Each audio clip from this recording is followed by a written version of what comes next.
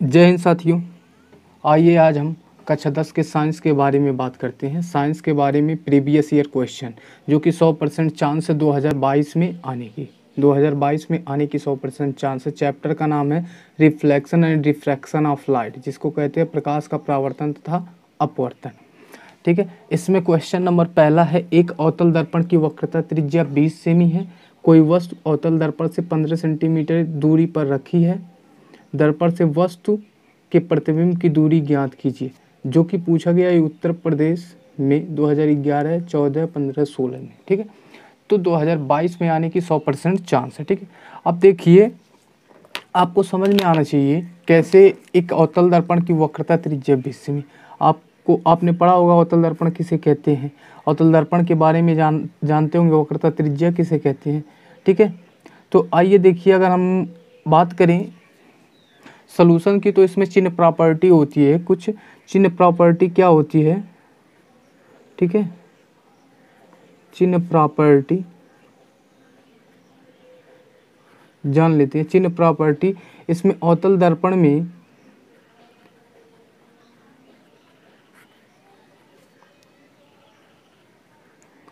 दर्पण में जो होती है फोकस दूरी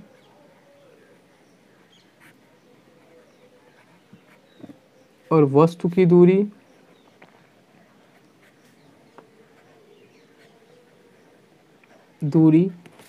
और प्रतिबिंब की दूरी,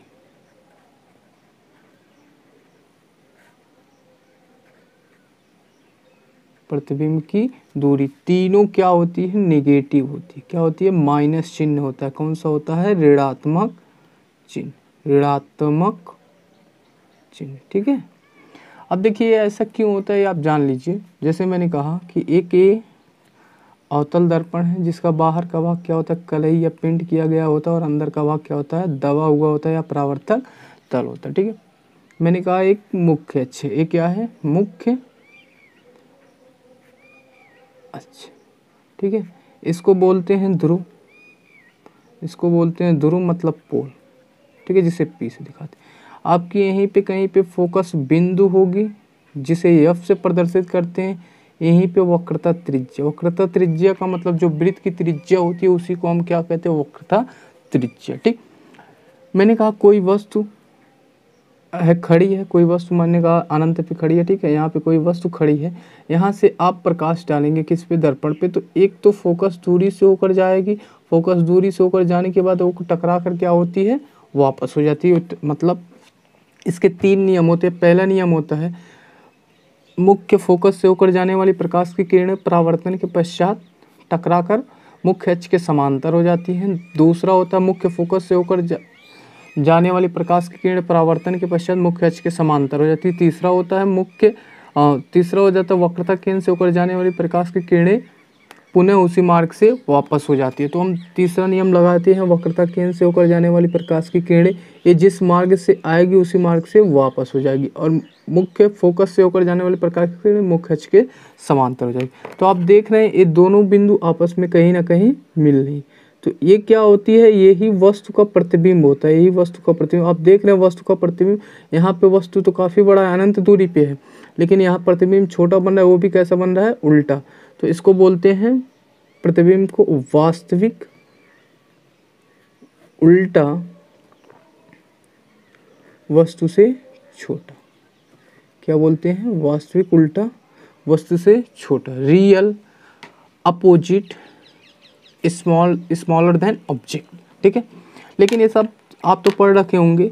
अब हमें इससे बात नहीं करनी है, हमें बात ये करनी है कि सिंबल क्या होती है। अब देखिए वस्तु भी क्या है, ध्रुव के जो ध्रुव है उसके बाएं साइड में है ना, तो इसलिए वस्तु क्या होती है, वस्तु को किससे दिखाते हैं, वस्तु की दूरी को हम क्या कहते हैं, वस्तु की दूरी को हम क्या कहते हैं, वस्तु की दूरी को हम u से प्रदर्शित करते हैं। तो इसलिए u भी क्या होगी, माइनस होगी। और प्रतिबिंब की दूरी को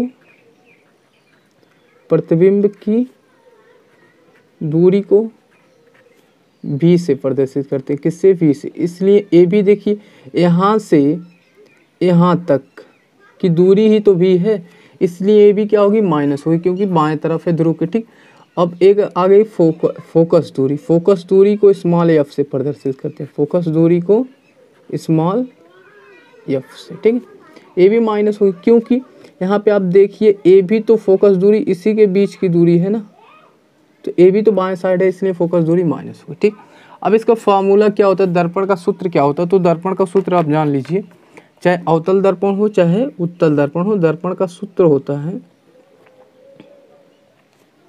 दर्पण का सूत्र होता है, देखिए दर्पण का सूत्र क्या होता है, ये देख लीजिए आप, दर्पण का सूत्र ये होता है 1/u plus 1/v equal to 1/f। अब u क्या होता है आपने जान लिया, u होते वस्तु की दूरी, पर v क्या होता है प्रतिबिंब की दूरी, f क्या होता है फोकस दूरी। ठीक है, अब देखिए हम चिन्ह के साथ हम इस सवाल को लगाएंगे। ठीक है, अब देखिए बोला एक अवतल दर्पण की वक्रता त्रिज्या कितनी है, 20 सेमी। ठीक है, अब देखिए वक्रता त्रिज्या और फोकस दूरी में भी संबंध होती है, क्या संबंध होती है आप यहाँ पे जान लीजिए। वक्रता त्रिज्या और फोकस दूरी में क्या संबंध होती है। ठीक है, वक्रता त्रिज्या क्या होती है, वक्रता त्रिज्या फोकस दूरी की दोगुना होती है। वक्रता त्रिज्या क्या होती है, फोकस दूरी की दोगुना होती है, फोकस दूरी की दोगुना, या आप यह भी कह सकते हैं फोकस दूरी वक्रता त्रिज्या की आधी होती है, चाहे आप ए कहें या चाहे आप ए कहें। फोकस दूरी एक परिभाषा ये भी है, फोकस दूरी वक्रता त्रिज्या की आधी होती है, वक्रता त्रिज्या की आधी होती है, फोकस दूरी वक्रता त्रिज्या की आधी होती। अब फार्मूला क्या होता है, R इक्वल टू 2f।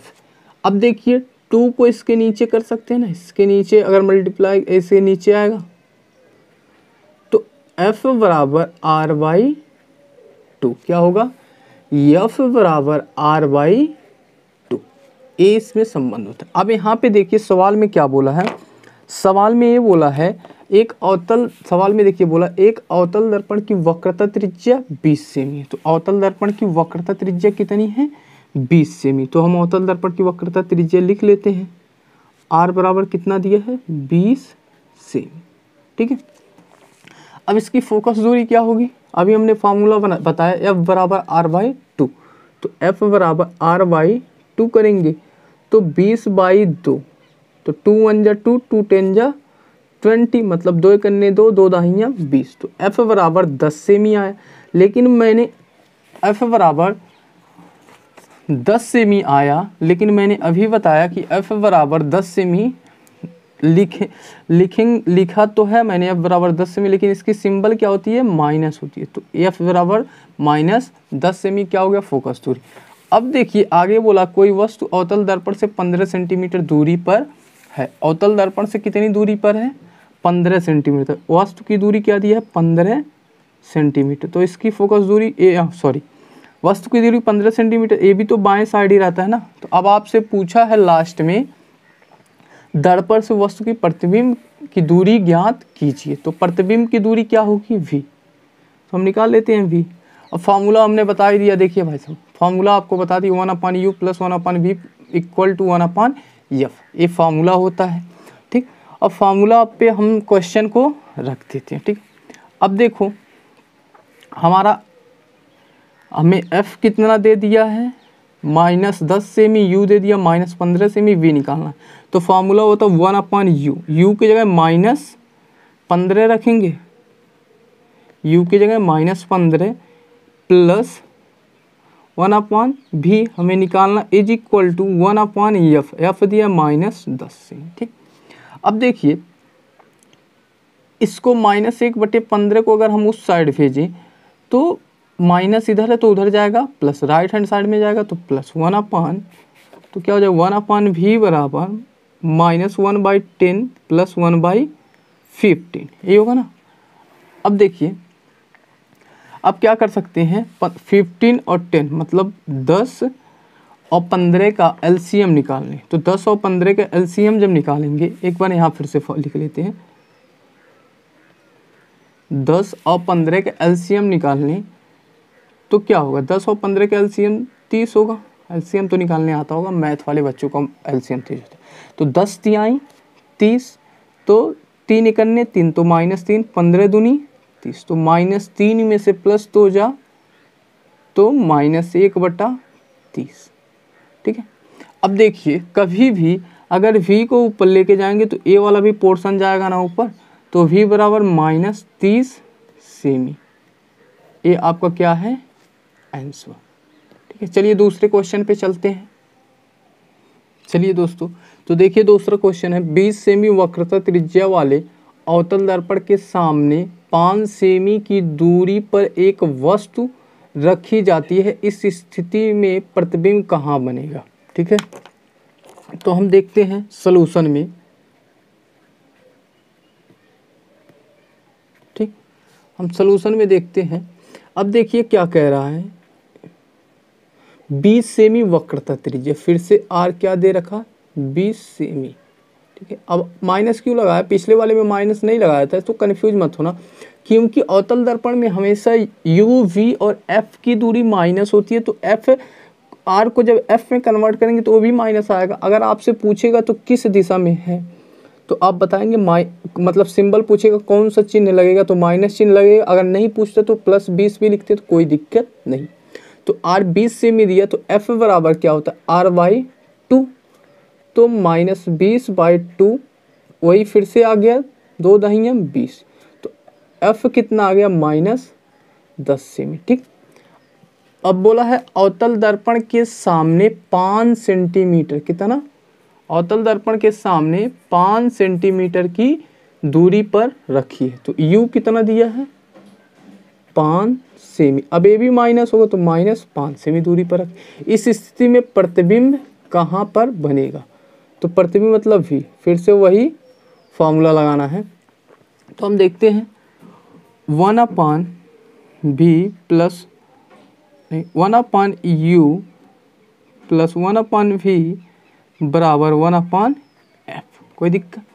तो v कितना दिया है, u कितना दिया है, -5 लिख लेंगे। v हमें निकालना है, f दिया है -1/10।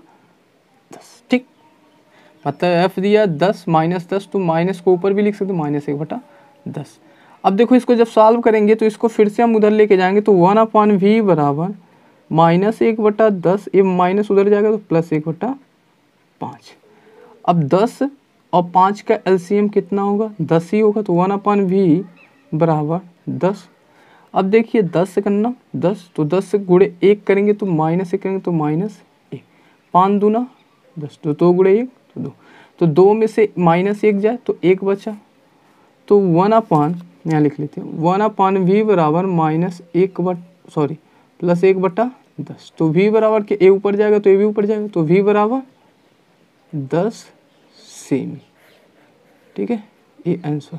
ए भी आपका आया है 2011 में, 12, 15, 17, मतलब ये भी बहुत वेरी इम्पोर्टेंट, क्या है, वेरी इम्पोर्टेंट है। ठीक है, चलिए फिर से अगली क्वेश्चन नंबर 3 में बात करते हैं आपसे। तो चलिए तीसरा क्वेश्चन की बात करते हैं। दिया है 16 सेमी फोकस दूरी वाले अवतल दर्पण के सामने 8 सेंटीमीटर की दूरी पर रखी है, प्रतिबिंब की स्थिति ज्ञात की। तो सेम वही क्वेश्चन है आपको, इसलिए मैंने 3 क्वेश्चन दिखाया और तीनों क्वेश्चन हर साल आया गया है। तो इससे आप अपने क्वेश्चन को जितने भी मर्जी इस टाइप के क्वेश्चन आप लगा सकते हो। तो देखते हैं, ये बोला है 16 सेमी फोकस दूरी वाले अवतल दर्पण के सामने 8 सेंटीमीटर की दूरी पर कोई वस्तु रखी है, प्रतिबिंब की स्थिति ज्ञात कीजिए। अब देखिए यहाँ पे आपको वक्रता त्रिज्या नहीं दे रखा है, ओनली 1 फोकस दूरी देख रहा है। दूसरी बात, सवाल लगाते समय आपको चेक करना पड़ेगा कि कौन सा दर्पण पूछ रहा है, अवतल दर्पण या उत्तल दर्पण। तो यहाँ पे पूछा कौन सा, अवतल दर्पण। अवतल दर्पण के लिए चिन्ह प्रॉपर्टी आपको मालूम होनी चाहिए। अब जो जो दिया है इसको लिख लेते। तो सोल्यूशन में हम देखते हैं, हमें फोकस दूरी दिया है 16 सेमी। ठीक, अब देखिए जब फोकस दूरी 16 सेमी दिया है तो यहाँ पे माइनस सिंबल लगाएंगे कि नहीं लगाएंगे? क्यों? क्योंकि अवतल दर्पण में फोकस दूरी क्या होती है? माइनस होती है। अब अवतल दर्पण के सामने 8 सेंटीमीटर की दूरी, वस्तु की दूरी कितना दिया? 8 सेमी, ए भी 8 सेमी, ये भी क्या होगी? फोकस वस्तु की दूरी माइनस होगी। फिर से पूछा क्या है? वी पूछ रखा है, तो फिर से निकाल लेते हैं, ठीक है। अब देखिए इसमें हम निकालते हैं, फॉर्मूला हमारे लिए वही है, लिख लेते हैं, आपको बताने की आवश्यकता है अब नहीं। 1/u + 1/v = 1/, ठीक। अब जो जो दिया है आप लिख लो। u कितना दिया है? -8। v निकालना है हमें, u हमें दिया है -1/8 + 1/v। f दिया है -1/16, हमें v निकालना है, ठीक है। हम फिर से वही चीज़ को ट्रांसफ़र करेंगे तो क्या आएगा? उधर जाएगा तो प्लस होगा, तो हमने ट्रांसफ़र किया तो 1/v बराबर -1/16 + 1/8। 8 और 16 के LCM, ठीक है। 16 आएगा, 16 × 1 = 16, -1 × 1 तो -1, 8 दूनी 16, ठीक। तो 2 में से 1 जा तो 1/16, तो v बराबर 16 सेमी। अब देख लीजिए लगे हाथ, एक चीज़ और देख लीजिए आप, अगर आपको एलसीएम निकालने नहीं आता, मानते हैं किसी बच्चे का मैथ कमज़ोर है, तो वो सिंपली ऐसे कर सकता है 1/v बराबर 16 और 8 का नीचे मल्टीप्लाई कर सकता है, ठीक। 16 से 16 कैंसिल हो तो 8 होगा, 8 गुणे -1 तो -8, बीच में प्लस है तो प्लस, 8 से 8 कैंसिल इंटू 16, तो 16 में से 8 जा 16 हुआ, तो 16 में से 8 जा 8 बचा, ठीक। 8/16 गुणे 8, 8 से 8 कैंसल तो 1/v बराबर 1/16 बचेगा, तो फिर से v बराबर 16 सेंटीमीटर, ठीक। कोई दिक्कत? उम्मीद है कि समझ में आया होगा। अब एक चीज़ और देख लीजिए, अगर आपसे पूछ ले कोई कि प्रतिबिंब की स्थिति कैसी है इस कंडीशन में, ठीक है, जब v 16 सेमी आया है, तो अगर कभी भी आपसे एक क्वेश्चन पूछ ले कि प्रतिबिंब की स्थिति कैसी है, ठीक है, जब कभी भी प्लस सिंबल आएगा, क्या आएगा? प्लस सिंबल, तो प्रतिबिंब की स्थिति क्या होगी? कि स्थिति क्या होगी? आभासी। क्या होगी? आभासी। मतलब क्या होगा? दर्पण के पीछे प्रतिबिंब बनाएगा। और जब कभी भी माइनस चिन्ह आए तो क्या होगा? प्रतिबिंब की स्थिति, तब प्रतिबिंब की स्थिति वास्तविक होगा। क्या होगा? वास्तविक, मतलब दर्पण के सामने बनेगा। वास्तविक क्या बनेगा? क्या बनेगा? वास्तविक। जब माइनस सिंबल आएगा और जब प्लस सिंबल आएगा आभासी बनेगा, ठीक। उम्मीद है कि आपको समझ में आएगा, तो प्लीज़ लाइक, शेयर और सब्सक्राइब करना ना भूलिएगा। मिलते हैं आपसे अगली वीडियो में, इसके लिए धन्यवाद। जय हिंद मेरे प्यारे साथियों।